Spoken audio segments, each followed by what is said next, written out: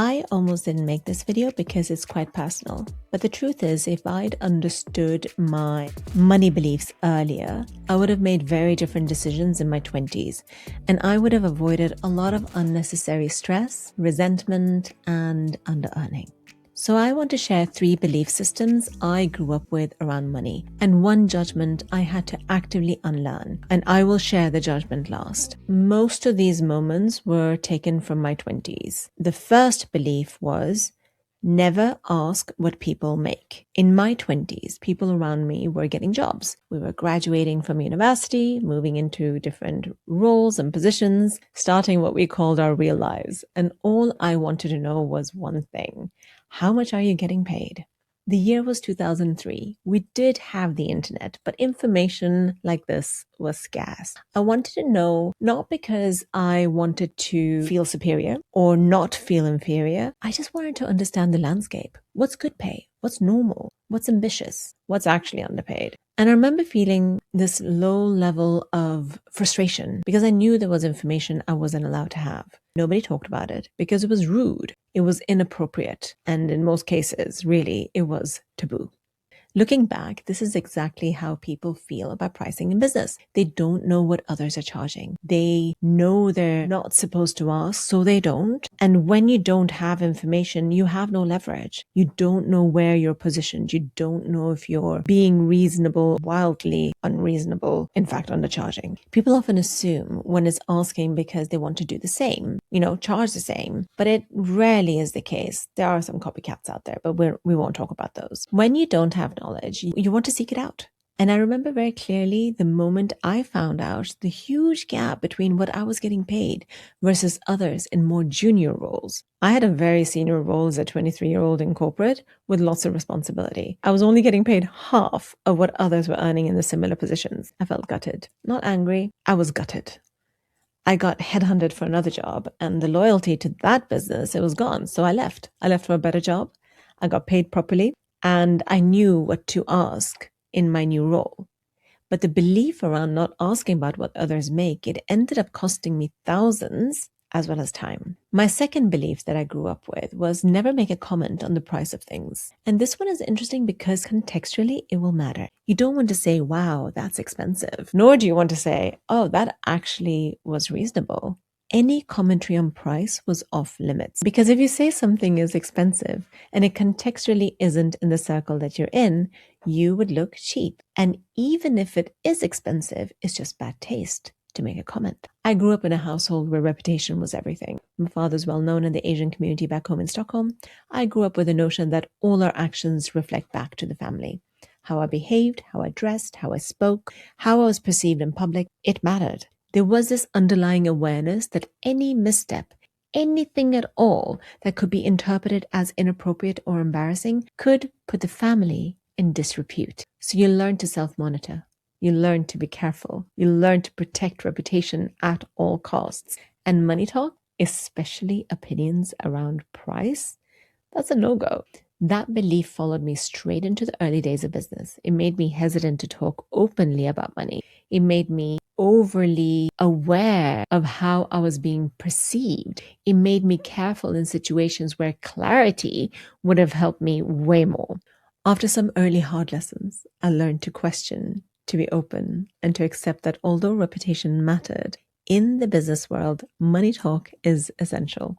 My third belief, always be generous. And this one has cost me the most money. For whenever a bill came in, I'd say, oh, I'll get it.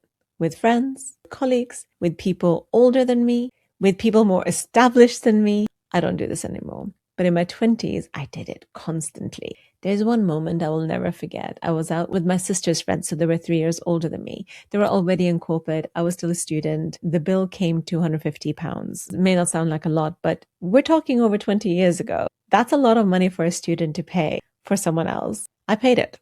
And I remember sitting there thinking, I actually can't afford this. But I still paid it. The belief where generosity was deemed an obligation, it ran very deep. Over time, I had to change my relationship with that. I still value generosity, but now I give when I want to, not when I feel I should. And that distinction has changed everything. I've been very fortunate in my life. There's been a lot of abundance. I can foot the bill when it genuinely feels good to do so. But I'm also more conscious now of how it makes other people feel, because generosity isn't just about you. It's relational, and one needs to be considerate on how it can make others feel. There's actually a whole ritual around paying the bill in Pakistani culture. It's never straightforward. You go back and forth. Oh, I'll get it. No, no, no, I'll get it. Eventually, you defer to the person with higher status. That might be age, authority, respect. There's always some sort of hierarchy. And the person with the status, they're the ones who decides whether you stop or you continue, whether you pay the bill or you don't. And you have to know when to concede. That awareness, reading tone, body language, the hierarchy, taught me a lot, especially because I don't have a Pakistani mother.